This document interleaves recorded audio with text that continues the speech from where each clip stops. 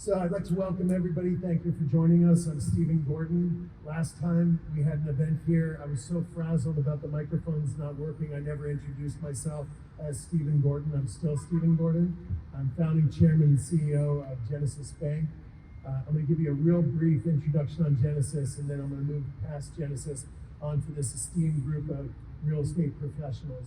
But this is the third bank that I have founded, launched here in Southern California. Some of you may remember Opus Bank. Opus we founded back on September 30 of 2010. And I appreciated your comment a little while ago that the timing of that was not so bad coming out of the Great Recession.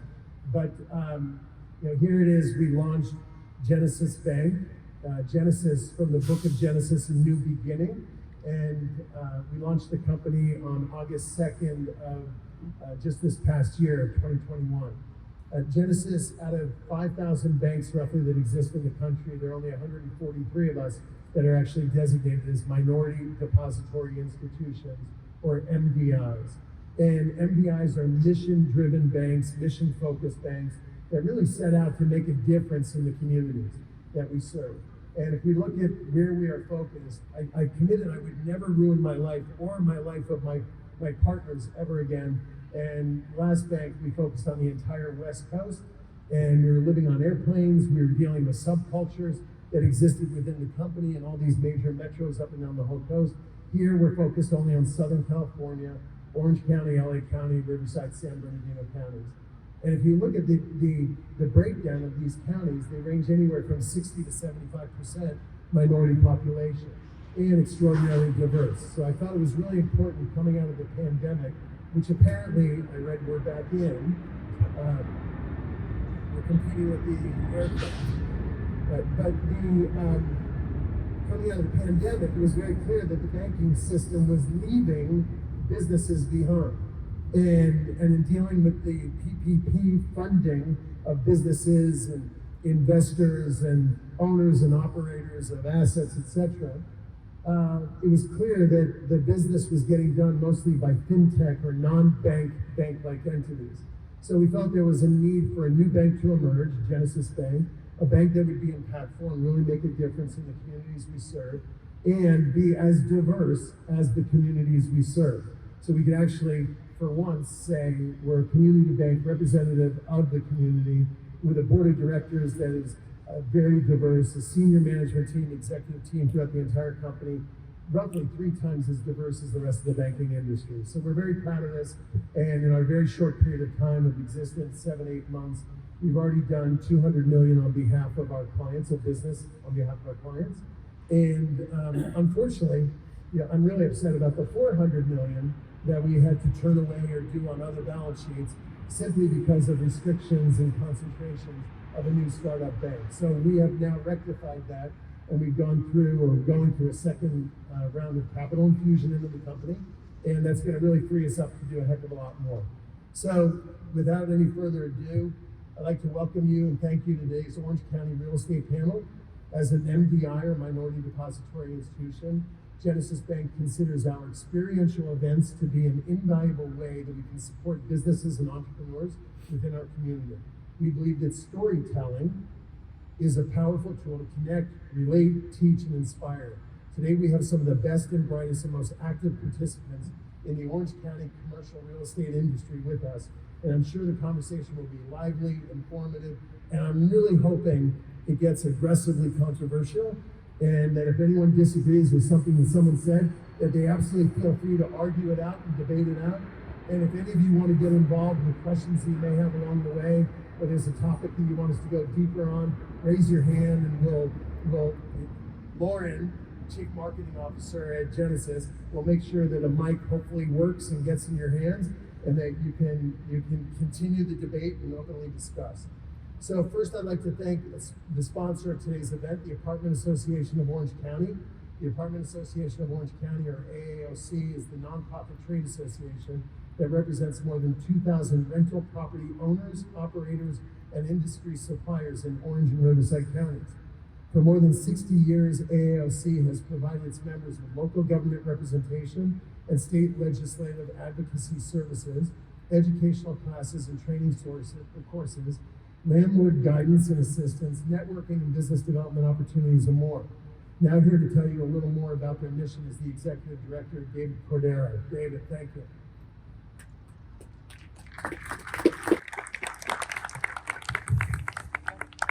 Hey, all right. Hi, everybody. Welcome. Stephen, just thank you for the opportunity to sponsor today. Our honor. We really appreciate this opportunity because what you're representing, making opportunities possible for investors, for small businesses, minority-owned businesses, that is exactly what AOC also wants to see happen. We are an association that is, not only suited to mom-and-pop apartment owners and operators, but large property management companies and REITs as well. We have and offer something for everyone. And being able to come here today, sponsor this important discussion about commercial real estate here in Orange County, it's important, and we want to make sure that we continue to drive the economy here in Orange County. We continue to support and create opportunity for investors of all sizes, and Genesis Bank is certainly making a point of creating those opportunities. And so thank you again. Thank you again for this opportunity. I do want to just real quickly introduce the members of the Apartment Association of Orange County Board of Directors. Our President, Frank Alvarez, with Buffalo Maintenance. Randy Combs with KW Commercial. And we have Spartacus Vina with our membership services team at the association. For any of you who have questions about membership in the association, see Spartacus afterwards, or you can always visit us online at aaoc.com. And with that, thanks again, and we appreciate it. Thank you. Thank you, David. And that microphone is triggering my PTSD from the last, All right, so next I'd like to acknowledge some special dignitary guests that are here in the audience today. Charles Kim, District Representative for California State Senator, the Honorable David Min, Andrew Kelly, Chief Financial Officer of the Orange County Transportation Authority, and Ed Carlson, Director of the Center of Real Estate for UCI Paul Mirage School of Business. Thank you all for being here. Lastly, I'd like to acknowledge that May is AAPI month, and as one of only 2 multiracial minority depository institutions in the U.S., we're so proud to be partners with the Asian Business Association of Orange County. Several of their leadership and their members are here today. We'd also like to thank our partners within the community, the Hispanic Chamber of Orange County, the Black Chamber of Orange County, and the TGR, or Tiger Woods Foundation. Thank you. All right, so now I'd like to introduce the panelists, and we're all out of order. So raise your hand as I point out who you are, because we're not going that way. All right, Barry Saywitz, founder and president of the Saywitz Company. Barry, before I go into your background, I've enjoyed banking you over decades now in a couple of different banks, and you've been a phenomenal relationship, phenomenal client, and a really good guy. Barry has 30. That's 10 bucks later. Thank you. I got it right? Yeah. Right. All right, Barry has 33 years of experience in the real estate industry.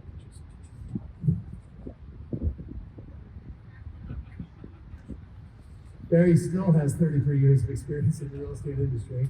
He began his career in the late 1980s with Grubb & Ellis, and then with Howard Ecker and Company in Orange County.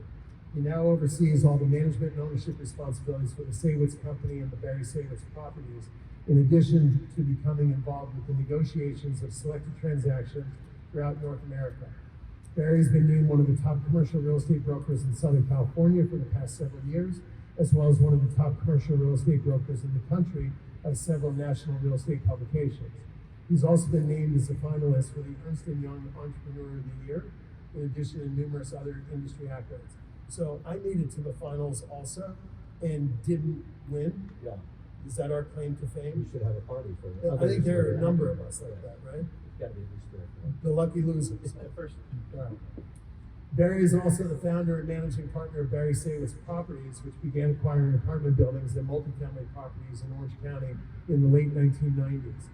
Today, Barry Saywitz Properties owns, manages, oversees a portfolio of multifamily, office, and retail properties throughout Southern California of close to 100 properties. Barry Saywitz Properties is one of the most active purchasers of multifamily apartment buildings in Southern California and continues to grow and expand its portfolio and operations. Michael Derk. Michael Derk is Executive Managing Director of Capital Markets at Marcus & Millichap, founder of the Derk Group, and Executive Managing Director at Marcus & Millichap Capital Corporation. Michael has successfully originated over $300 billion with a B, in investment real estate financing in all 50 states. As the leading director of the loan origination team in Southern California for Marcus & Millichap, he values sharing his expertise in structuring debt to maximize cash flow and flexibility. Michael also owns and operates multifamily properties in 4 states and has successfully acquired 27 multifamily assets in recent years. Current value of properties in ownership total $140 million. William Sonsma, founder and principal of Fidelity Bank Portfolio. William started his career as a CPA with PricewaterhouseCoopers, followed by being director at Carnation and CFO at Ross Swiss Dairies. After spending 8 years in large corporations, William founded Fidelity Bancorp Funding in 2000. He built Fidelity Bancorp into one of the premier multifamily and bridge lenders in Southern California. In 2007, he sold the company to Everbank, a $10 billion asset bank based in Jacksonville, Florida. During the global financial crisis, he bought the company back and built Fidelity Bancorp once again into a commercial and single-family leader, which has closed over $15 billion in loans over the past 13 years. Since 2015, William has undertaken proprietary private lending, and over the past 7 years has underwritten and funded over $600 million in commercial bridge loans. William is an expert in all aspects of the lending business and is a longtime real estate investor. And William, we've done a lot of business over the years, so thank you. Well, Pat Swanson, Executive Vice President of Colliers, the Swanson apartment team. Pat's really cool. We'll get to the really cool part in a minute, but as one of Southern California's most accomplished multifamily investment advisors, Pat's success is predicated on exceeding his clients' expectations. From acquisition and disposition strategies to portfolio management, Pat's experience also includes bulk condo sales, distressed asset resolution, value-add repositioning, and 1031 exchange. And I noticed that ERI is here, Exchange Resources. Great to see you. Throughout his commercial real estate career, his accomplishments have been recognized with multiple awards. The most recent was achieving CoStar Power Broker Award, which celebrates the top commercial brokers in the country, as well as being the top multifamily agent in California for Colliers from 2016 to 21. Here comes the cool part. In addition to being a proud business graduate from USC, Pat was a 3-year starter for the nationally ranked Trojan football team. His athletic ability extends beyond college football with a black belt in, and I'm going to butcher this, Mu Ye Do Karate. Did I say it right? Yep. I got it right? All right. So thank you guys for being on the panel, and I look forward to a lot of disagreement or maybe a lot of agreement. Who knows? All right. So let's start up with questions. So where do you, and any one of you jump on in, and then we'll go from there. So where do you see the apartment market going from the standpoint of cap rates? And do you see a slowdown in activity based upon interest rates rising? And I'm a big believer that the Fed is just going to keep on hitting this pretty hard, and they're not going to necessarily be able to get this under control, and we're heading into a deep, dark recession. So that's my doomsday theory on where we're going. So what's happening with cap rates? Well, we're beginning to start to reprice deals according to the marketplace. For the first time we've seen in years, we're seeing price reductions back on the markets. So we're taking a look at deals that we underwrote just 6 months ago and repricing them according to the current interest rates that are available in the marketplace. A lot of the cap rates that we're seeing, we have to look at the real value add of the building. Is there an opportunity to add an ADU unit? Can we raise the rents? Can we, do something about the expenses to help boost up that cap rate pre-sale before we actually take it to the market? So yes, we're starting to reprice deals with slightly higher cap rates.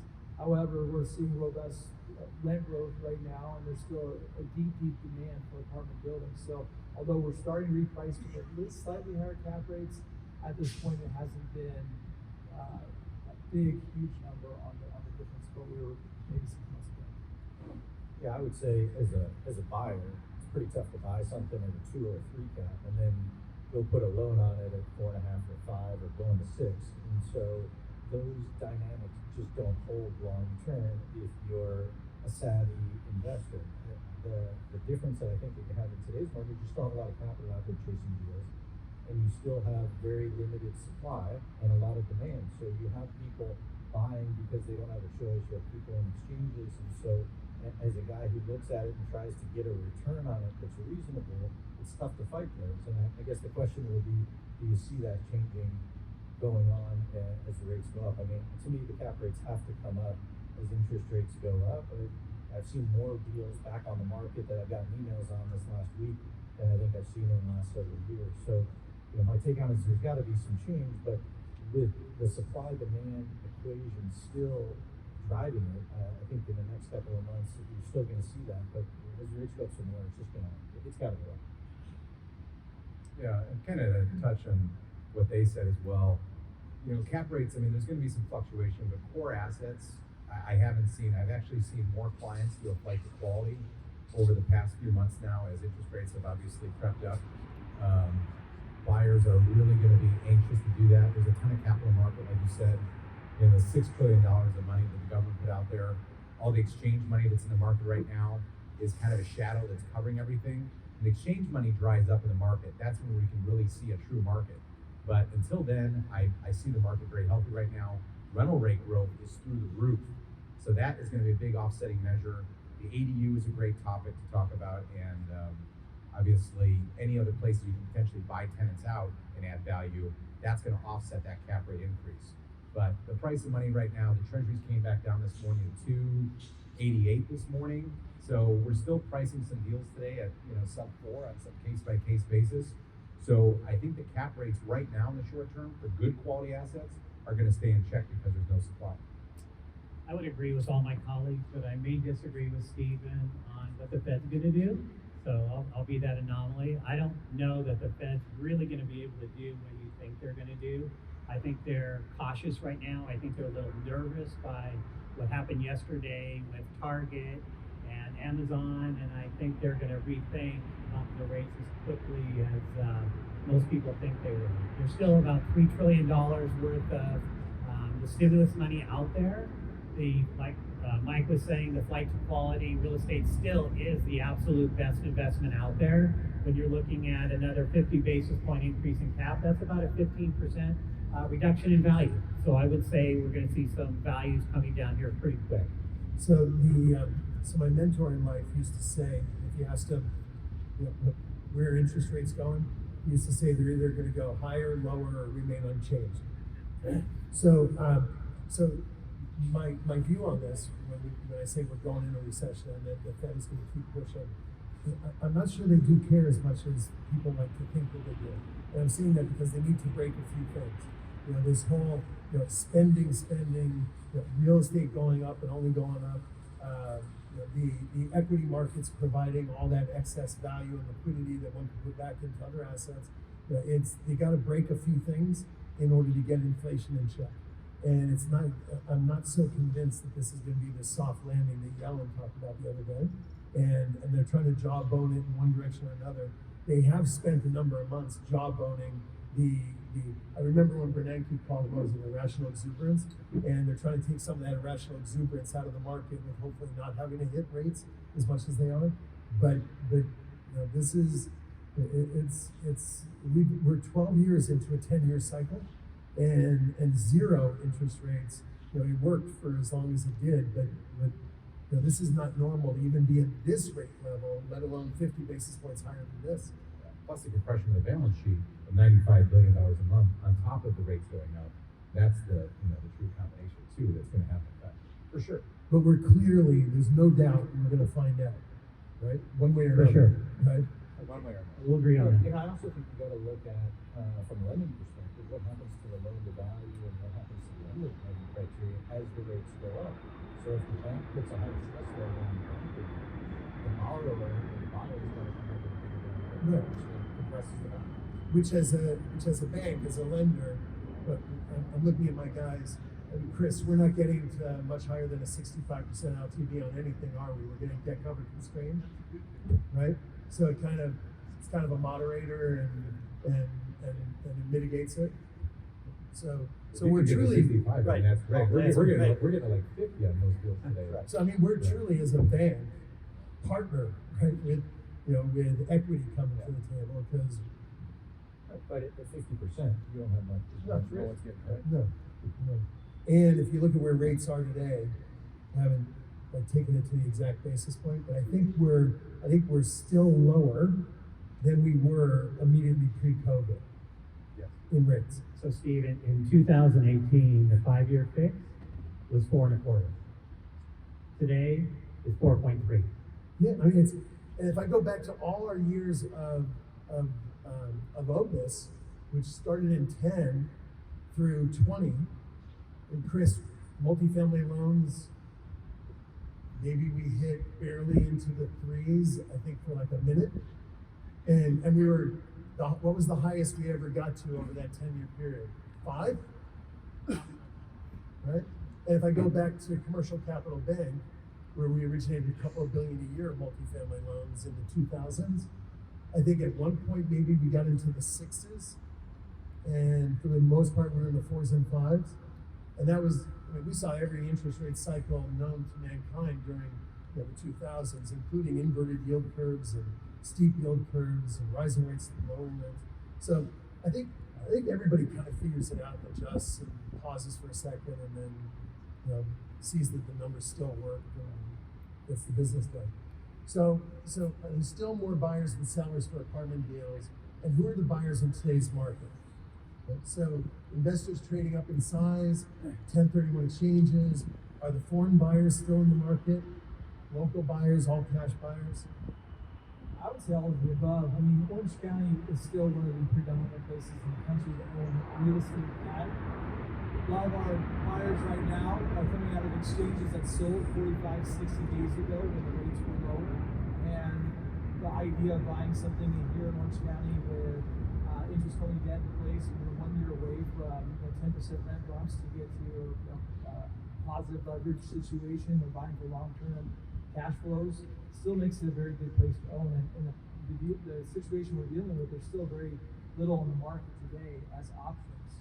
So if you're a seller today looking to take your money into the next marketplace, you can still get probably not as high as you could have 60 days ago, but higher than you could a year ago. And that's kind of where we're at in the marketplace today. Yeah, I think it's all the above, but the issue is, as Michael mentioned, the 1031 seems to be driving it, and as that starts to ratchet itself back down, it'll work its way back to the smaller properties. On the bigger, more institutional properties, it's a different dynamic than a 10, a 20, a 30 unit property where the guy was trading up from a floor place. And that guy is going to get squeezed, and that guy's going to have a much more difficult time trying to find something. And that's the person that I feel like potentially has trouble as rates go up or as rents flatten out, and you can't just raise your hand and rent the unit in a day. And it'll be interesting to see how that dynamic plays itself out going forward. Yeah, on the institutional side of it, a lot of the institutional players we deal with across the country have pencils down right now to try and assess what's going on in the market, to see how things are going to adjust. Obviously, their exchanges are still working on that, but when there's fresh equity at the table right now, that's when the rubber's going to hit the road. On the private client side, $1 to $10 million deals, these deals are still flying all over the country that we're working on right now. And again, we're seeing rent increase across the board that's really driving this factor. People are creating value. Different lenders are coming in and out of the market all the time. And so, I think the bottom line of what we're talking about, with 40 to 50% down, what we're underwriting deals today, it's just going to be more expensive to own real estate. And people want to own real estate for the long run. And that's just what it is. It's an asset class they want to own it forever. If you want to own stocks, that's great. But, I own stocks. I've never done well in it. I always feel like I tread water. I don't know. I try and figure it out, analyze businesses, but I feel like it's a little bit of a casino. That's going with crypto. Yeah, well, there you go. I mean, you invest in all this stuff, but real estate at the end of the day, you know what you have, you control it, you're the eminent of your own domain, you're your own CEO, you're not depending on some other CEO out there or other board, what they're going to be doing. Target losing 25% of their market cap, $25 billion in a snap of a finger, literally like that. Is that really where you want to be, or do you want to control your 10-unit building here in Costa Mesa, Irvine down the street, where the value went $100,000 over 10 years? It's like, whoopee.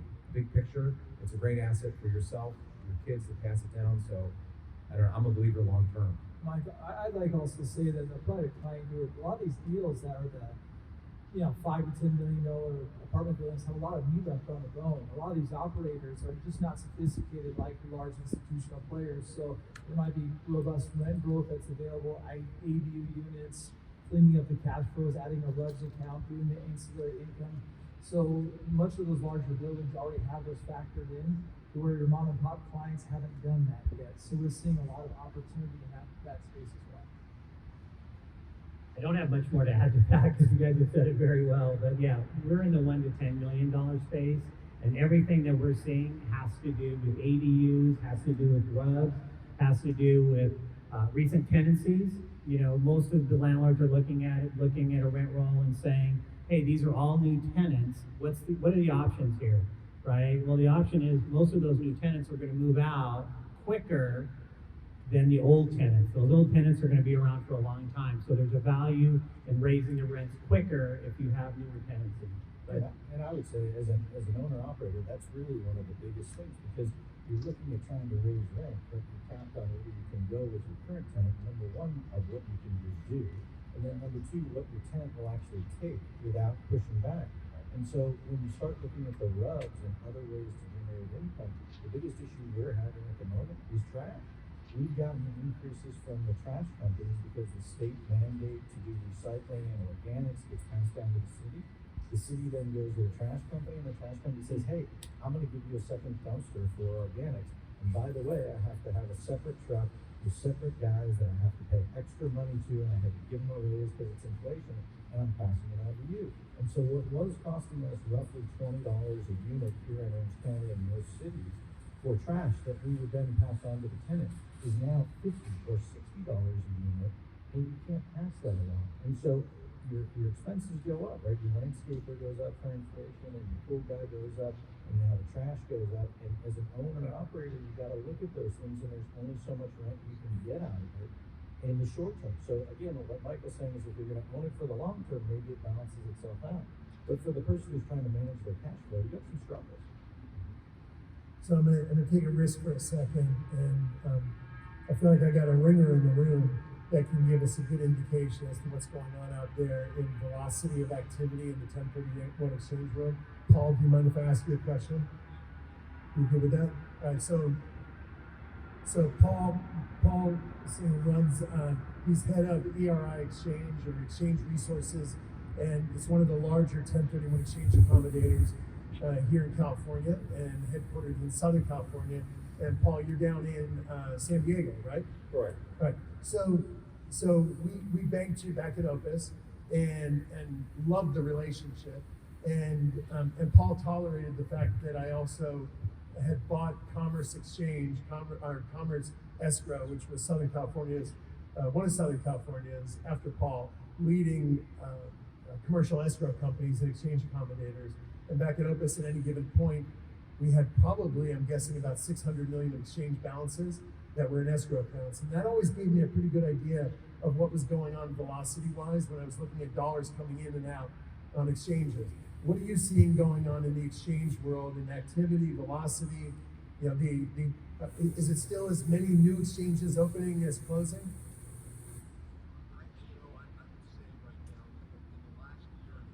We've got to get that microphone. Okay. The last year and a half, the volume has been consistent.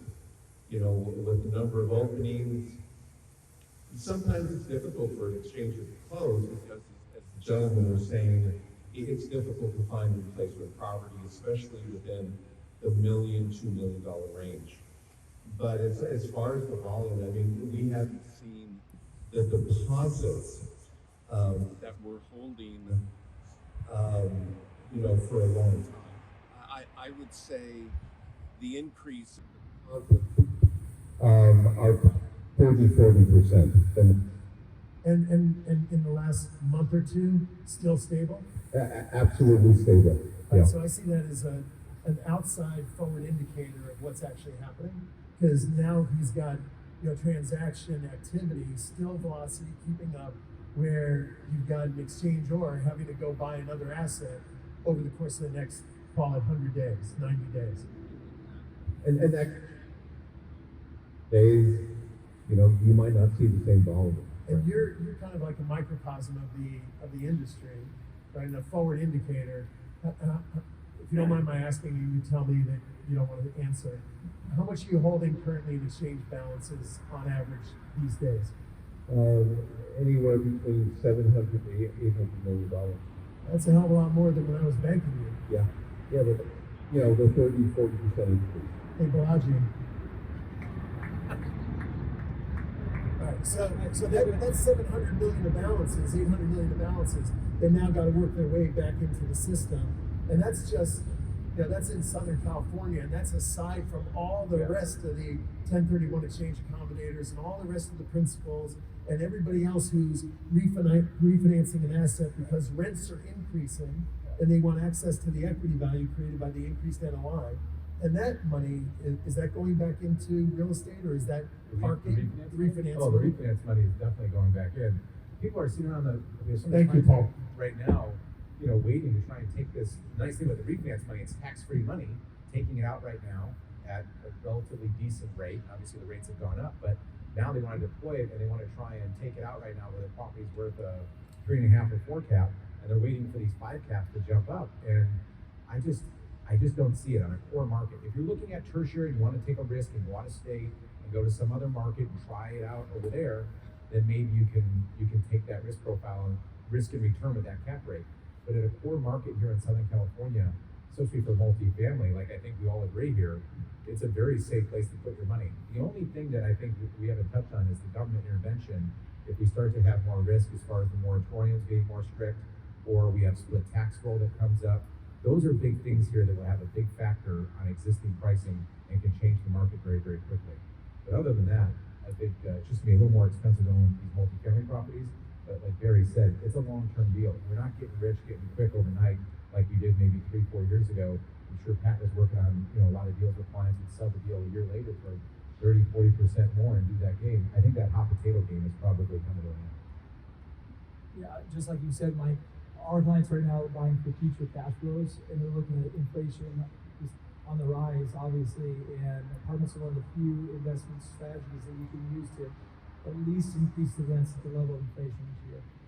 But also the game of borrowing at 5 and buying and getting 3 and getting the tax-free money out, you gotta have a strong stomach. You're gonna lose money in the short term, right? I mean, the idea of refinancing, pulling money out, fixing up your property, and then going back and raising rents on other properties because you fixed it up makes a lot better sense to me in terms of doing that. But I think you look at today's world, there's still capital.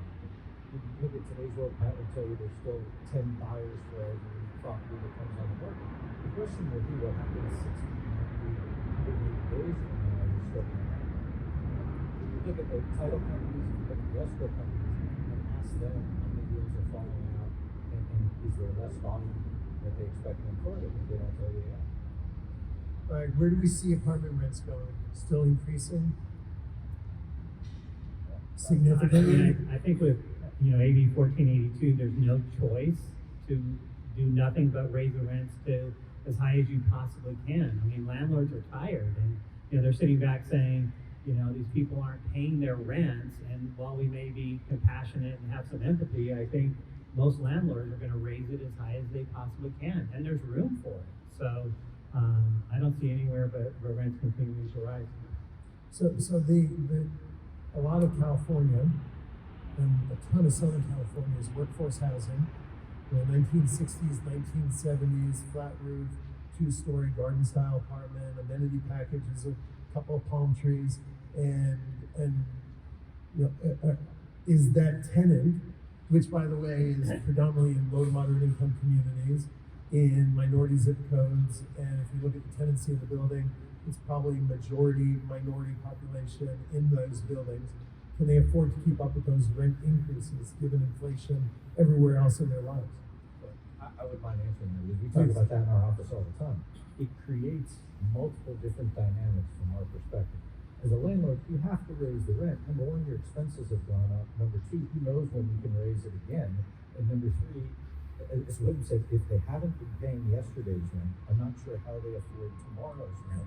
And so I'm better off from a business perspective, unemotionally, to get another tenant that can pay the rent going forward, that has stable income that will stick around. The fallback strategy as a landlord is, I'll just raise the guy's rent $50 or $100, and I'll keep them, and I won't spend any money, and I won't fix up the property, and then that gets back to Pat saying there's upside in the deal because the guy took strategy B. So you have to pick a strategy. But the other issue is that it forces your tenant to go out and look for another different, better job, second job.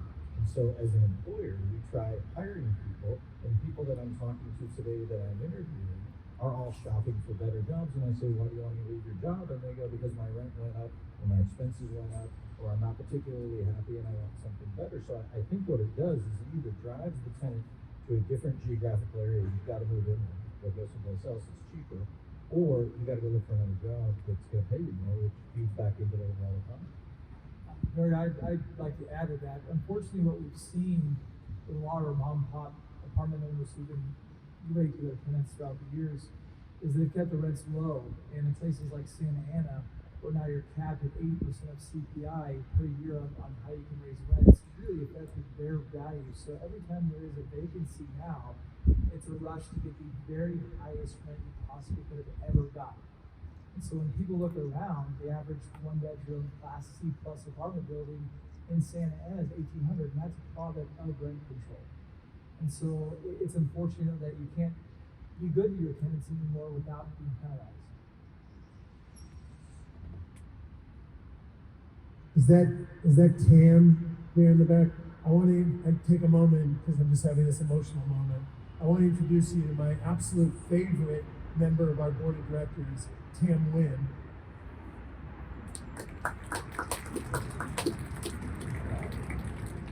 Glad you're here. Right. Has capital availability, loan terms, materially changed in the last 3 months? What have you seen happen? Yeah, significant change. Treasuries have gone from 170, 180 to, it's tipping up to what, 310, 315 for a little bit. So rates have gone up between 1 to 1.25. So pretty much across the board. I mean, agency money, we were doing deals, early last year at mid-twos for some 7 and 10 year money. And I've got some recent pricing yesterday on some deals at, 4 3/4 for a similar type of deal. So underwriting on that basis for the larger institutional deals.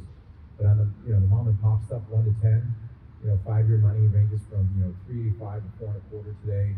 7 year money is between 4.10 to 4.25, and 10 year money is around anywhere from 4.25 to 4.5. And do you interact with debt funds? Yes. Are you seeing? Debt funds are very aggressive and active. They're filling a void for a lot of conventional money right now that cannot do that. So people might be putting a crutch on the property, a short-term bridge, the debt fund to execute that.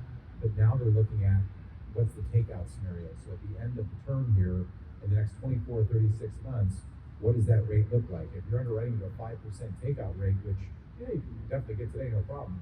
But what if that rate is 6 or 6.5? Now you're looking at a cash and refinance where you have to sell the property. Or what if that breaks? Meaning, I've seen this happen before. 1998, Russian ruble debacle, a couple missiles shot into Afghanistan and Sudan, and the capital market seized. CMBS market imploded, and all of a sudden, the only way to get something funded was on a bank's balance sheet, not the capital markets. And we're back to having geopolitical issues. We're having volatility. Something could seize. I think that's more of an extreme event that could happen. But That's yeah, where my head goes. I know. And it should, right? As a bank, you're protecting your shareholders. I'm not well. Okay. But I would agree with Michael, but I'd also say all the lenders out there, they want to lend. You want to get your capital deployed. So capital is readily available both on the perm side and on the bridge side. So, it's hungry, it has an appetite, but the challenge is, every time these rates go up 50 basis points, the LTV goes down 5%. So it's challenging those same deals, and I wouldn't say that that's a complete deal breaker, but if it goes up 100 basis points, and that's 10%, and like Mike was saying, an average LTV now is 50%, that becomes 40%, that changes the economics drastically.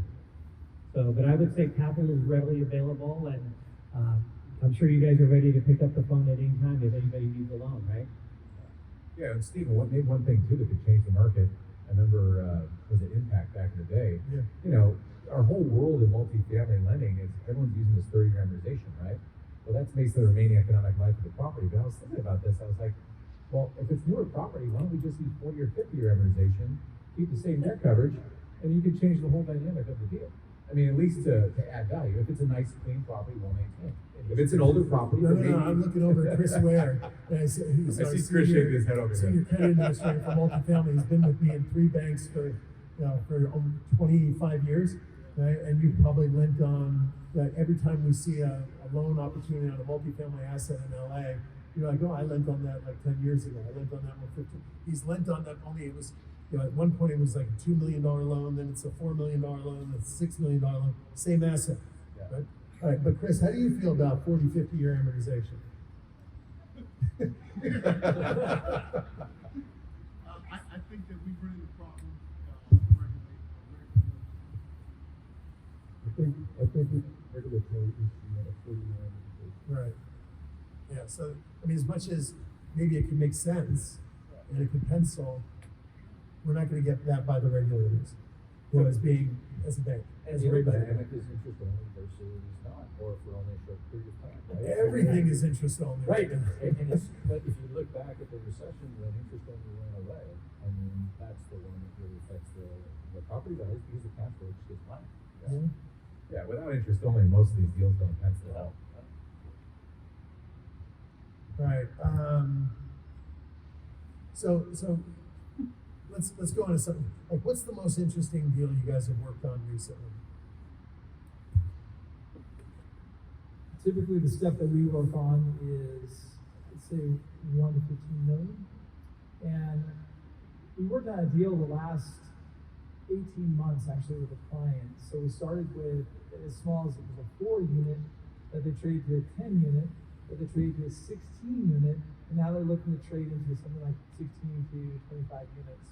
So you can see what happened in this last marketplace where we moved in the course of 18 months from 4 units to 16, and now they're looking to trade out that again. So that's an example of some of the things we've done with our clients in the last 18 months and how capital and raising rents and adding value to a property has really helped out investors like that.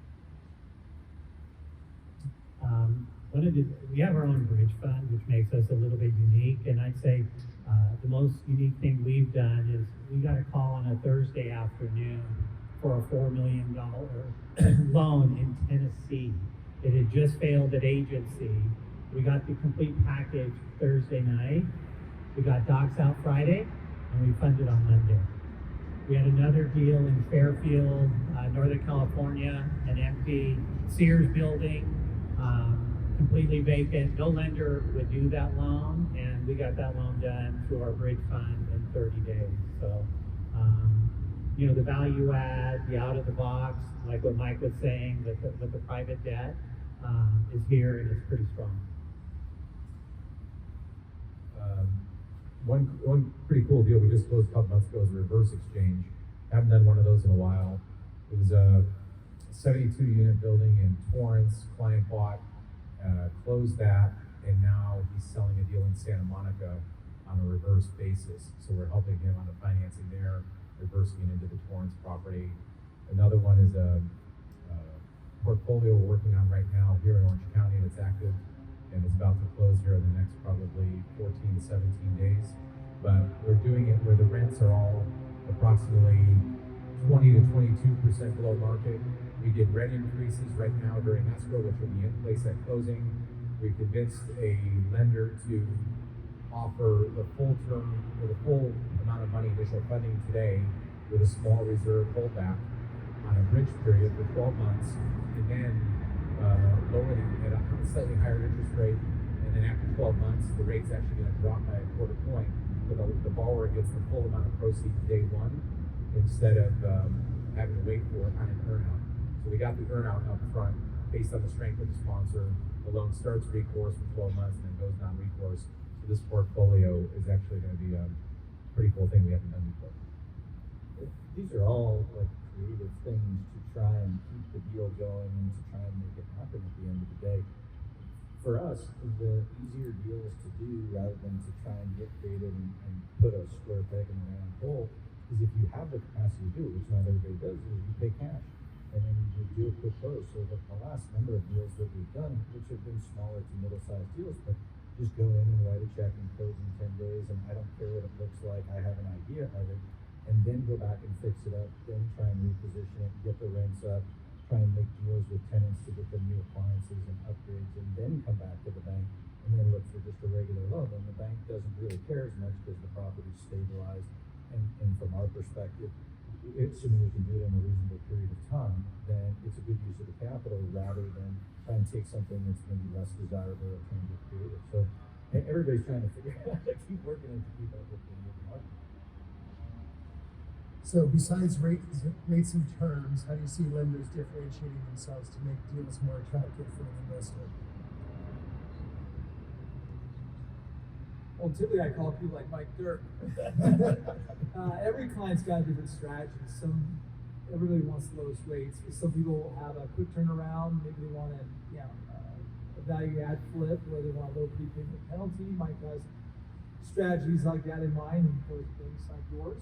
Other times we have people that just want to lock in the longest 10-year rate, and they're going to hold on to it forever. So it really depends on what the client wants, and we always typically go to loan brokers because they can source out many different things to kind of find the right needs of the client. So I wouldn't say there's one stop shop fits all. It really depends on what the client's looking for. I would say for us, really, at this stage of the game, I deal with the banks directly. And so, in addition to being rate sensitive, it's about performance and responsiveness. So, if someone can get back to me quickly with answers and so I know where we stand, that's really, other than the economic factors, that's what it is. And then I think also you're looking at loan to value. So, as much as somebody is willing to be flexible, it's a function of the borrower as well as the property. I would say a 40-year amortization. For us, it's about the lender delivering on the letter of interest. I mean, that's so vital and so key. Surety of execution is what it's all about, and surety of execution on a timely basis. And I would say you and your team and your staff have been doing that for us exceptionally well. So I wasn't asking for that commercial, well, but thank you. But we've been doing it a long time. Whether it was commercial capital bank, we did a couple of billion a year, and we were the second largest multifamily lender in the state of California behind Washington Mutual when there was a Washington Mutual. And then at Opus, we were the second or third largest multifamily lender across the West Coast behind Chase, because that was the Washington Mutual group of guys over at Chase. And so there's kind of a common theme. And so we know what we're doing around that, and we deliver on what we say we're going to deliver. So when and I think what you're all saying is, when you're talking about that LOI, the way the deal gets sized and then quoted at the beginning is what you must deliver at the end. absolutely. Yeah, no, it's a big deal, and one thing we are experiencing issues is on the COVID tenants. We're starting to see over the last couple of months, we're starting to see more tenants putting their hands up and saying, "Hey, there's COVID issues now," and we're starting to see some collection issues on deals, which are affecting deals now getting done on the same basis. So all of a sudden, if you're a 50-unit apartment building and you have two tenants claiming COVID, you got back pays in 3 or 4 months, we're working with the cities and municipalities to get paid. Okay, we got that quantified. But all of a sudden, you get into underwrite, you get to approval.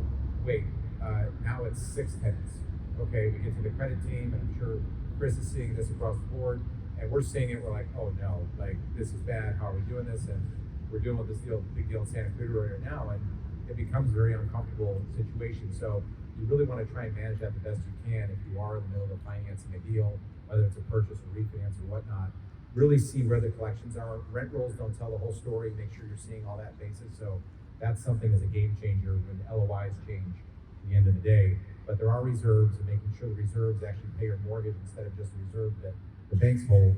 I think that would be a relatively good solution as long as the borrowers have the money. All right, so as long as you brought up COVID, working from home has now become this trend across America. How do you see that trend impacting the Southern California multifamily markets? Clearly, we know what it means around the office market, right? But we're actually in this center starting to see humans walking around. I don't know if that's the Irvine company hiring some humans to walk around and make it look like there are people in the buildings, but now we've got a lot of people working from home, right? That's impacting utility costs, etc., in those units. What are you seeing? How's that impacting the stuff you're trying to get done? I think that's been one of the biggest benefits of owning an apartment building. People are working from home, so especially a small business owner does not have to lease office space. They can work out of their home. They can actually pay effectively more rent because they're saving on office space. And what we're seeing is that people can move out of the big cities and move into these tertiary markets and work from home and live where they've always wanted to live. So the basic need of an apartment building is never more present than it is today. And I actually think it actually helped out our space because of that. Yeah, I would say it's really twofold. One is on the usage side, the detriment is you have people that are home, so they break stuff because they're home more. The appliances wear out quicker. The utility costs go up. You have more wear and tear in general. And so that's the downside of it. The flip side of it is, at least from our perspective, our strategy is we're investing money into common areas of the property. So we're building palapas like this, we're putting in outdoor barbecue areas, we're putting in new patio furniture, because that's the attractiveness when the new tenant comes along or to keep your old tenant by saying, hey, I want those other amenities. And so it cuts both ways, but there's no question people working from home, they're around more, you have issues with neighbors and pets and kids and all that stuff that you just didn't have before. Yeah, you guys hit it right on the head. We are seeing utility costs definitely higher for sure. Just the cost of utilities have gone up substantially, and then more people home, more plumbing issues, more of that, whatnot. But people will want a nicer place to, if they're living and working at home, instead of just, okay, I'm leaving my place at 7 o'clock and I come home at 7 o'clock at night. I'm just there to sleep or eat, whatever. It's not that big of a deal. But now, if it's a live-work situation, I think I'm seeing landlords put more money, invest in the properties for the long run, and tenants are more willing to pay more, try and find a nicer place if they're going to be there and spending a lot more time there. And it's really helping the NOI, increase the value of the property overall as well. That's what we're personally doing, investing more, and we're seeing tenants really appreciate it. So, and then the office market, I think that's one thing that is really something on a commercial real estate side that is really going to have some pain as these leases turn over from these different institutions and whatnot. Are they subleasing this space? Who's going to be going in that space? So with the C and B market, now the A market, the A market's going to be going after all the C and B tenants, and the C and B tenants are going to really be struggling. I think a lot of these buildings and office are going to have to be repurposed and maybe even changed into multifamily in the long term. And I think that's a solution for that.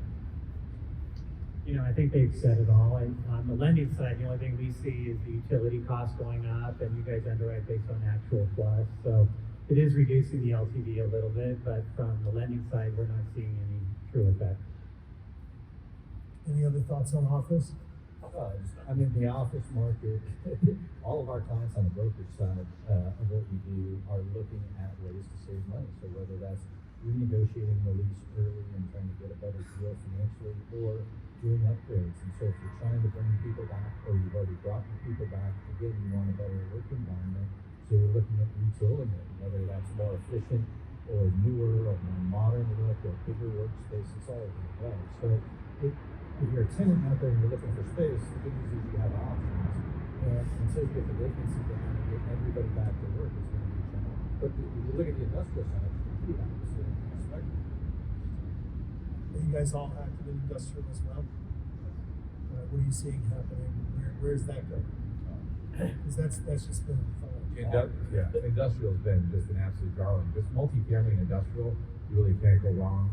Even hospitality now, but just sticking on industrial to that point, rents increasingly going up, the lack of supply, the occupancies are all 95 plus across the board. If you can find a space that's useful, no one wants to leave it.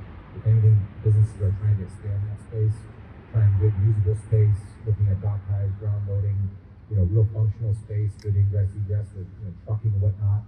But You know, those are all the things that are really driving that market right now. And interest rates are pretty solid too for, you know, life companies and whatnot doing the industrial deals.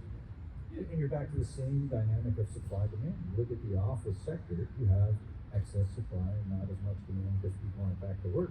You look at the industrial side and you have vacancy at 1% or no percent, or I've got 4 options and that's it. And that's going to continue to drive it, regardless, I think, on the industrial side of what happens with interest rates or these other kinds of things. Supply demand will just continue to drive the industrial market up until there's just either more supply or less demand. Barry, to touch on that, some of the portfolios and larger buildings we have chased have been in the Inland Empire. A lot of these warehouse workers are making wages that are oftentimes better than your Orange County tenant. And we're buying those properties at a lower price per square foot, lower price per unit. So I think it's a really good opportunity in our local markets in Southern California following that industrial trend. Are you guys concerned, those of you who are on the lending side, brokerage side, are you concerned about clients whose core business was Southern California going out of state in order to make the numbers work? Not really. I'd say probably 30% of our business is out of state lending. So, you know, it's not 2000 To investors who were traditionally that are California. Yeah, they're selling California. They're buying in North Carolina. They're buying in Tennessee. They're buying in Oklahoma, Texas, Arizona, Washington. Yeah, there's not really a concern. I mean, some of them are moving there. Like Michael just moved there. So I'd say in 2007, 2008, that was a big concern, the out-of-state buyer, but not right now. I mean, I think that the buyers now are very sophisticated. They know what they're doing. They're value adds. They're smarter investors going to those outside areas. So I think the lenders are comfortable. do most of your clients syndicate? Yes.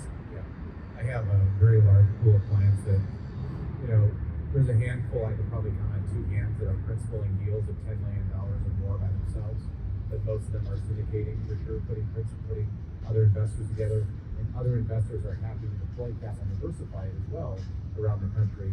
But this still, at the end of the day, I mean, let's face it, with the weather, with the diversified economy here, with the economic base we have, you know, the airport across the street, you look at all these variables, the ocean's here, you know, this place isn't going anywhere, you know, but people are still looking to say, hey, let's hedge this, let's do that.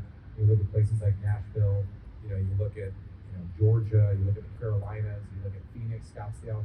I think the most expensive deal in Phoenix just traded by our Getting team out there, our IPA team.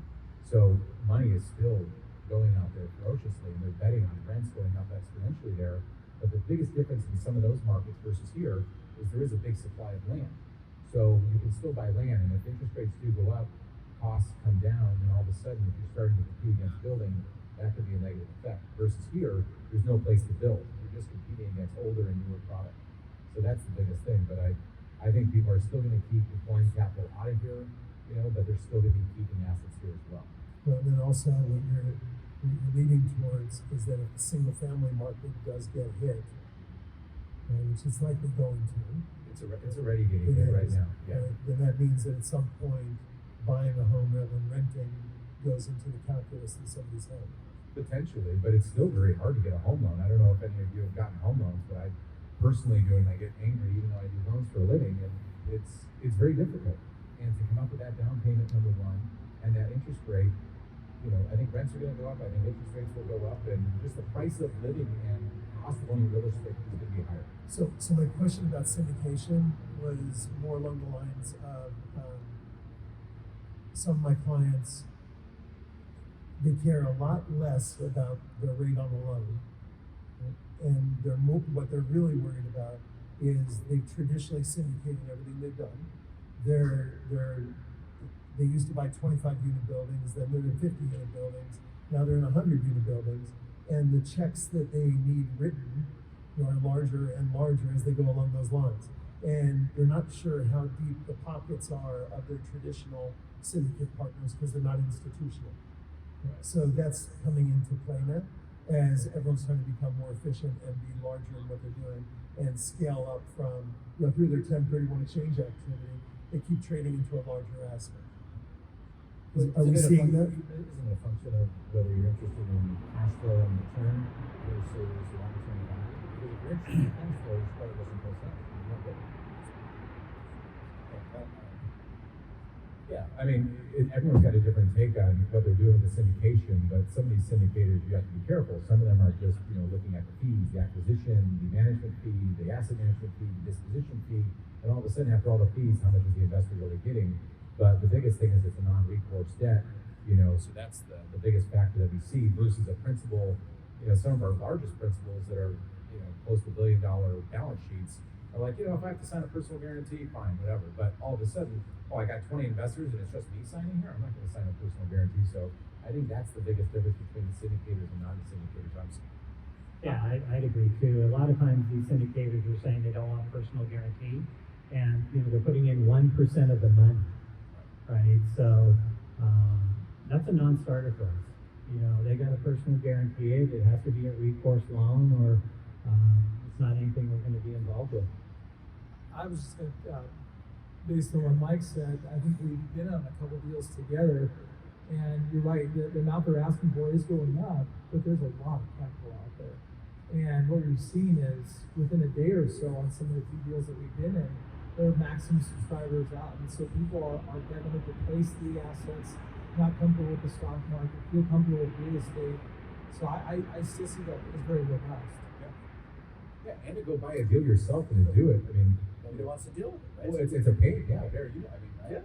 So, if you don't want the mechanics of the day-to-day of running it, you are either going to put your money into a syndicator, or you're going to go look at a triple net deal. I mean, that's another aspect of the market that we haven't yet talked about, which is you've seen triple net deals just on fire. And you've seen cap rates go from 6 and 7%, where you could borrow at 3.5 and arbitrage the cap rate, to now you have those deals at 4% or even sub 4%, and there's an inverse relationship because the guy who doesn't want to manage it, who's older, or just doesn't want the headache, needs to deploy that money. yeah, that's a great point. We just sold a 100-unit student housing building in Pomona, and they deployed that capital into a couple caliber collisions, one in Utah, one in Texas, and then the sister, the other partner of the deal, bought 2 deals in Arizona, all triple net, and increased their cash flow on a non-management basis. Okay, we want to open up for questions. Do we have any questions?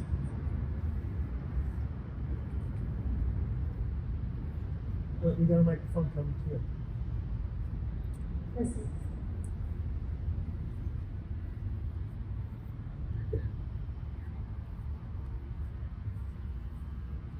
You, Delaware statutory. You want to know about DSP? DSPs. I mean, I'll touch base on that one. For some clients, it's been very helpful, and they enjoy the aspect of like owning a single tenant triple net property. I always feel like if you're going to go into a DST, I think it's even safer to go into a single tenant triple net backed by a 7-Eleven or some household name that you know and feel comfortable with. Because if you decide you want to sell, you can sell. If you want to refinance, you can refinance. It's yours, you own it.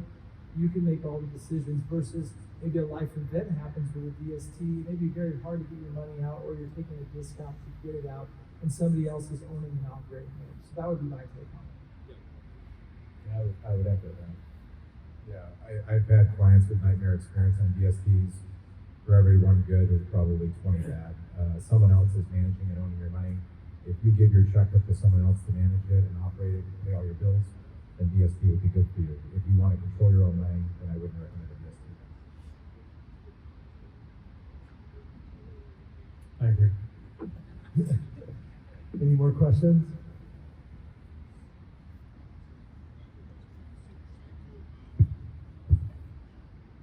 How do you see the cycle of statewide rent control versus local rent control, and how that's going to affect long term? And then, if you have these 3, 5, and 7-year loans that I think have been pooled a few years, do you see that creating a pool of distress in the next 3, 5, and 7 years? Talking about when it comes off the fixed rate period and all of a sudden you got a floater. Yeah, I mean, as far as the rent control aspect of it, you know, you're stuck with it, so you gotta do the best you can, and whether that's the municipal rent control, which is gonna be more restricted than the state, as in Long Beach or Santa Ana or Santa Monica, or just the state rent control, then you're gonna see landlords just continue to raise rent at the maximum that they can, or try and get the tenant out, and I don't think you have a choice with that. And there's no sign in the future that it's going anywhere good if you're the landlord. The issue then becomes, what happens to the smaller operators who got these 3-year interest-only loans, and they're a year and a half into it, and the thing rolls to fully amortizing, and now your mortgage payment doubles, and then now you haven't been able to raise the rent enough, or you raised it a little bit, but your expenses went up and knocked it out. And I think there'll be opportunities. We're waiting for those. As much as I don't want the market to cool, those will create opportunities, I think, for people out there. Yeah, I think that's going to, I totally agree with what you're saying. That interest only, when it goes to fully amortized payment, is a big difference. And the government intervention is the scariest thing, in my opinion. That's my biggest fear of real estate, is that intervention coming in and changing things. It should be a free market. You should be able to do what you want. It should be your real estate and your property to control and manage and whatnot. But unfortunately, that's not the case. Well, it's right up there with every year the government going at potentially a 1031 exchange. Right? So Some of the things that we're hearing coming down the pipes that could hit the ballot in November, one would be you can no longer ask for a credit report from the tenant. 2, you can ask if they have a criminal history. 3, you can't evict for domestic violence at your location. There's a laundry list of things that can make it a little bit more difficult as a landlord to make that thing. Chris is like, you gotta be kidding me. All right, so Chris, we, on that interest-only loan, and Brian, we underwrite as though it'll be amortizing. And then we underwrite also at that higher rate, at the stress rate. Plus then we've got a life cap on the loan. Right? So from the bank perspective, we kind of look at it as though all those things are all hit, and is the property cash flow can borrow handle. But then you have the debt coverage ratio as Right. well, and so the issue will be, if interest only goes away, that's a huge, I think, catastrophic event for property owners. But assuming that interest only loan rolls in a couple of years, the borrower has no choice but to come back and try and refinance it, assuming he doesn't have a big fat prepayment penalty, and try and do it. But the issue will be, if the dynamics change and the underwriting is stiffer and interest rates are higher, and I haven't gotten my cash flow up and the value just didn't shoot through the roof, I now can't borrow what I could before, and those will be events.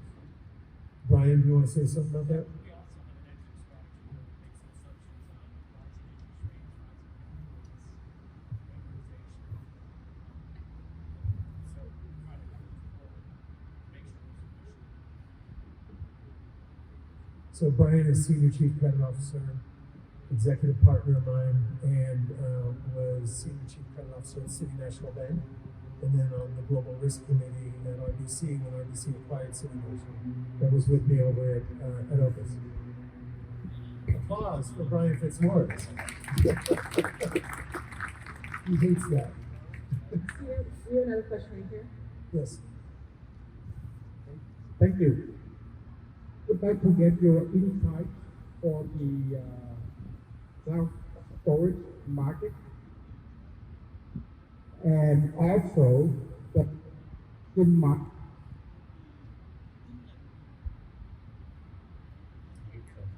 Sorry, I think we only heard self-storage. What was the other market you said? Okay. Self-storage market in urban areas? Warehouses in inland areas. I would like to buy some warehouses in the inland area. I think that the values of it. Self-storage is a great market. I mean, look, we've toyed with the idea, and I think people do it on a daily basis. You have tenants that use their garage for storage because the cost of a storage place is so expensive, and so you're almost tempted to tell the tenant, if you're going to use it for storage, they're going to charge you for it as a different income generator. Or if you have extra garages or extra parking spaces that are visitor, you can give the tenant the visitor space and then rent the garage and try and, as a landlord, if you're trying to look at ways to generate income. But self-storage market, and people have to find places to put their stuff. And if they're renting small apartments and they don't have it, they gotta go get storage. I like it. Yeah, most people are downsizing in some basis because they can only, it's affordability factor, or consolidating maybe more than one or two people in a unit, maybe there's 3 or 4 now. They need some place to put their belongings. So storage has definitely been white hot for sure. And the rental rates on storage, especially in the beach coastal communities, are incredible. And there's no vacancy. It's a great asset to own. I mean, I can tell you firsthand, I have a storage unit in Long Beach, and they charge me like $300 a month, and it's just one of those the containers that are cut out off the ship. There's just a hole cut in it there, like an 8x10 for like $300 a month. I mean, it's shocking. You know, it's not climate controlled anything, because then you get the pharmaceutical reps, you get the wine people, you get the art dealers, and they need it all climate controlled. But U.S. storage, public storage, they really have a thumb on the market there for that. But that market has been very, very good. And I think as dense areas, people consolidate, and even potentially turning garages into ADUs and whatnot for other space for landlords, that's a great value add. People will need more space like storage units. And you can evict, right? You can evict. Yeah, you can, yeah, yeah, exactly. Yeah. So my wife selected a storage unit in Newport Beach, and that's over 400 a month. I mean, It's just great. I'm supposed to be a smart guy. And you just paid every Newport Beach. Yeah. And you never go looking, or No. it just automatically comes No, out it just every gets month. paid every So month. it's like your cable bill, and that's why it's a great business. So can I ask a question? So when you look at what's happened in the last few days with the supply chain and with the excess inventory, and you look at warehouse space, I mean, do you see that as like a precursor to challenges in that space? I mean, that it's not overdeveloped, that the need, the demand is going to start falling off? No?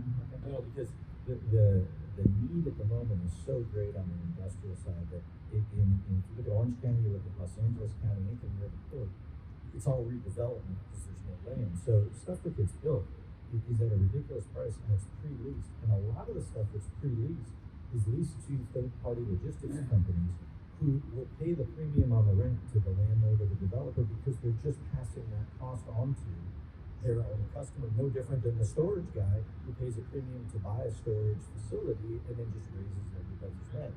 So you're back to this land thing, which is if you have land and you go east or you go to other states, then I think potentially there's a risk. But the port's not going anywhere, and the supply chain issue I don't think is getting solved short term. So the industrial market is continues to go up. Yeah, the reason I ask is a friend of mine owns a warehouse here in Irvine, and it took him literally a year to find a tenant. I mean, a year. So, you know, I think there's some signals on the horizon about the industrial market that maybe we should reconsider that may be at its peak. And that's probably a whole nother day's conversation. But we have clients that are paying yesterday's rent, and literally they're looking at paying double what they were paying before. And the landlord says, if you don't like it, get out. And so unlike the apartment market, on the commercial side, you can evict easily. It goes right through the court. There's no hang-up. There's no defense to it if you want to pay your rent. And there's no limit on rent control. So landlord says, hey, here's the deal. I got somebody else who wants to pay $1 and you're paying 50 cents to get out. And you have no choice. And so that's the dilemma. I mean, if you have that on the apartment side, you'd see frenzy. The rent control and the eviction control has been holding it back. And it'll be interesting to see, as Michael mentioned, as landlords just have no more patience for the tenant who's been a difficult tenant or struggled to pay their rent on the apartment side. But at some point, they hold up their hands and go, get out. I've had enough. So. Any other questions? Yes.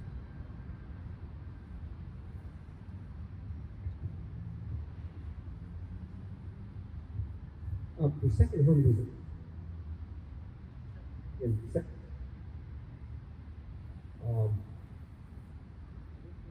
ones to get sold. Kind of picture of some, because I suppose that that's the first thing somebody's going to sell if they've got stocks that are 50% down and they have to generate cash somehow. But because there is a shortage when you say 7 million homes is a lot. So the question comes with that is you have the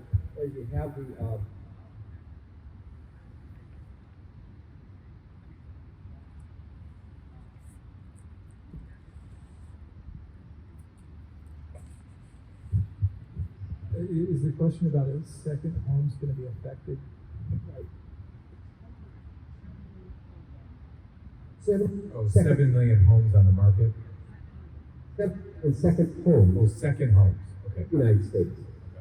I would assume those would be the first ones that would get sold off, especially as you get into this stock market phase where the wealth effect is going down and people maybe feel they need to sell something.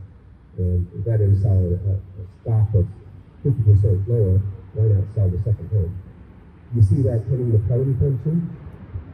I would say traditionally second homes would be the first ones to go.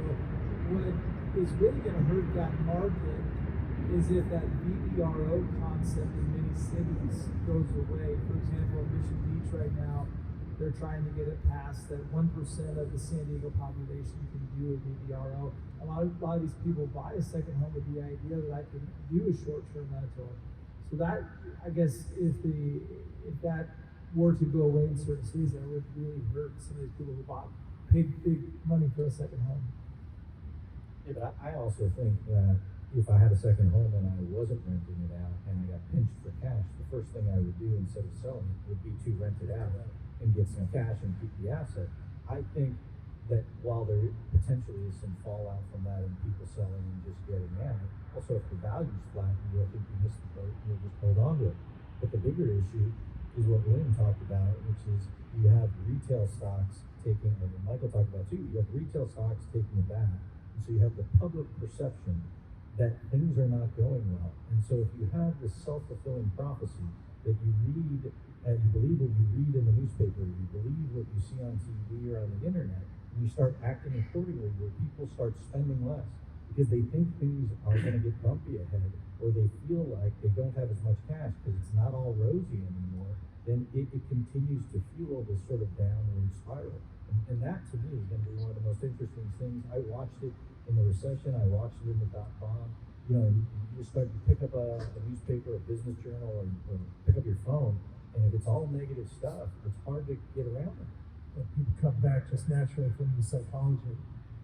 Yeah, and I think, people may have to sell these second homes for sure. If they got into Bitcoin, they stretched on something they're not really well versed in or very educated in, or they started to buy a second home, thought it'd be fun to go with the kids during COVID. All of a sudden they're not using it anymore, or they bought it for VRBO purposes, like Pat was saying, and you can't do the VRBO anymore. That value changes. Out in La Quinta, out at PJ West, I've been out there the last couple of days, and a lot of those areas have been hit where you can't do the VRBOs anymore, and you can't do those rentals. And those values for sure are much different now on a conventional rental rate. You can only do a 30-day rental instead of a nightly rental. So the hotels, they don't want to be competing with them. I think a lot of those homes we're definitely going to see coming on the market. Those interest rates now for second homes are between 5.5% and 6.5%. So I think a lot of people may have to take chips off the table for sure. Yeah, I think a lot of these people bought second homes more as like a hobby. Hey, I have some extra cash.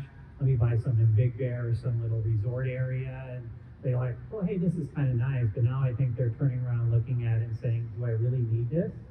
Do I really go here? We're probably 12 to 18 months from a true increase in inventory in that area, but I think it's going to be one of the first to go. Question over here.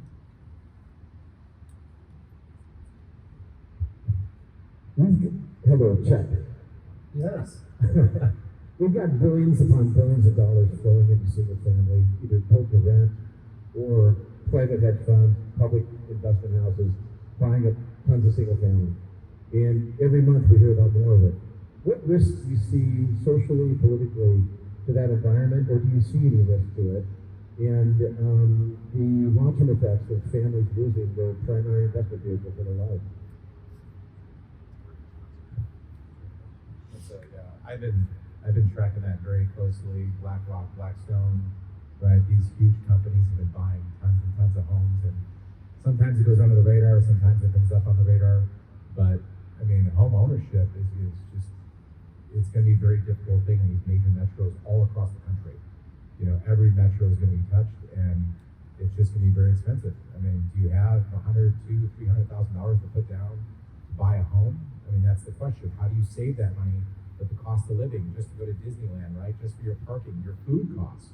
I mean, all these costs are going up exponentially, and that's why, personally, I'm an investor in the rental market because I think it's very strong, and I even buy, some single families as well to rent out as well because I think, you still want to provide good housing for people, but when these big companies come in and buy thousands of homes at a time, that takes that whole lot off the market, and they're not ever going to be looking to sell it because they don't have to. Their balance sheets are flush. These are trillion-dollar companies, and they're all tied in with the people making the decisions in the government's hands. So you can bet they're buying at the right time, and so I think that's going to be a big issue, and hopefully it becomes more of a social issue and a political issue. But right now, it hasn't been. Is there a major price difference, since you've been tracking it, between what it would be per door in an apartment versus the house? Because if you just look at it as a horizontal apartment building, Yeah. right, these So it just depends on what the cost per house or per door would be. But on the house, typically your tenant, you're going to have maybe a little higher quality tenant that's going to pay a premium because they have the yard, they have their garage, and it feels like their own home, especially if their children are in a certain school district too, versus an apartment. I think you'll get more of a transient crowd. Even low density apartments versus high density apartments, I feel that people stay longer in low density apartments because, they're going to feel that it's more homey versus being in a tall high rise, going up to an elevator 8 stories. I think you'd be more apt to get away from that versus walking from your car right to the front door. Stephen, I think, part of the issue is going to be all of this corporate housing is really maximizing the rents. And a lot of these rents are significantly higher than what you would typically pay in another rental market. And if we do head into a recession, who's going to pay $5,000 for a 2,500 square foot home? I mean, they're not going to do it. They're going to step out. So I think we could see some issues with the corporate housing market. I also think you have to look at the geographical area. If you're just going to talk about Orange County versus other secondary, tertiary markets where you can buy a home for $200,000-300,000 and you can buy 100 of them and it's not that big of a deal. That's a different dynamic than what we have going on here. We have tenants of ours in Costa Mesa and Huntington Beach and Tustin that are trying to buy a house, that have been trying to buy it for 6 months. And it's an issue of, number one, being able to get qualified for the loan. Now the rate goes up and it pushes the goal line further away. But the other dynamic is you still have all these other people, forget about big funds, just trying to buy a home to get in the game. And so they keep getting outbid. We have one tenant, Costa Mesa, they keep extending their lease. They said every weekend we go out looking at houses. Every weekend we put in an offer. Every weekend we bid a little bit higher over the asking price than the last weekend. And every weekend we get shut out. And on the 15th try, they finally got something, and they had to spend $50 million over the asking price, and put up more money and bigger down payment and everything else. But you can't do that. That's what you do. You just be ready. So it's tough out there. Yeah, on the entry level, I couldn't agree more with what he said.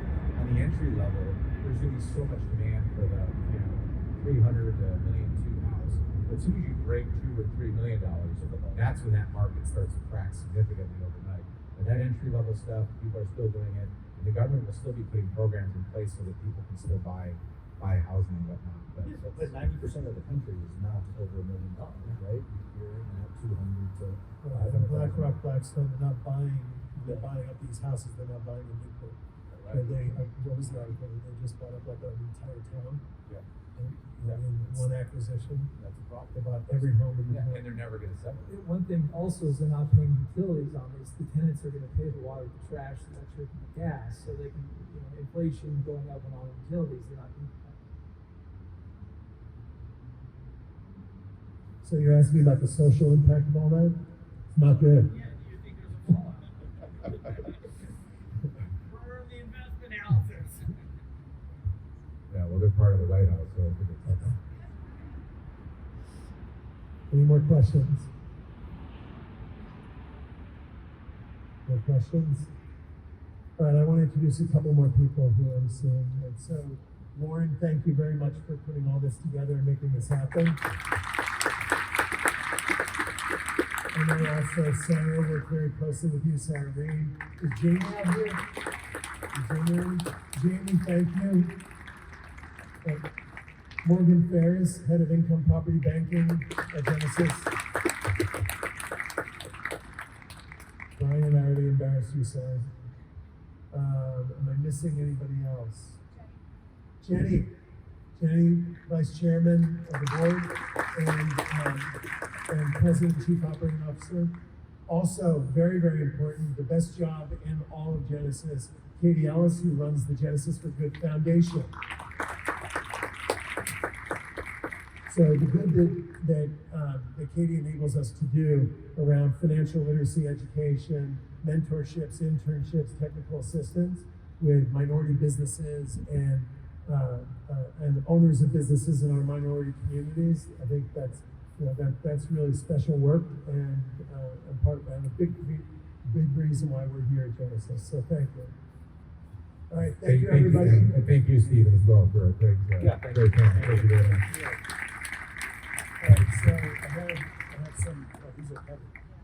So you guys are the most recent addition to our business leadership circle, the Genesis Bank Institute for Entrepreneurship. So Barry Saywitz, thank you.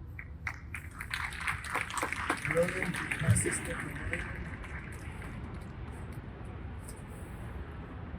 Matt, thank you. And Michael, thank you. Thank you. You guys are awesome. And everybody, we got along. Not too much disagreement. It was good. You and I disagreed about the economy, but we'll see who's right. see. All right, thank you, everybody. Thank you for I think coming. there's probably some more food left over.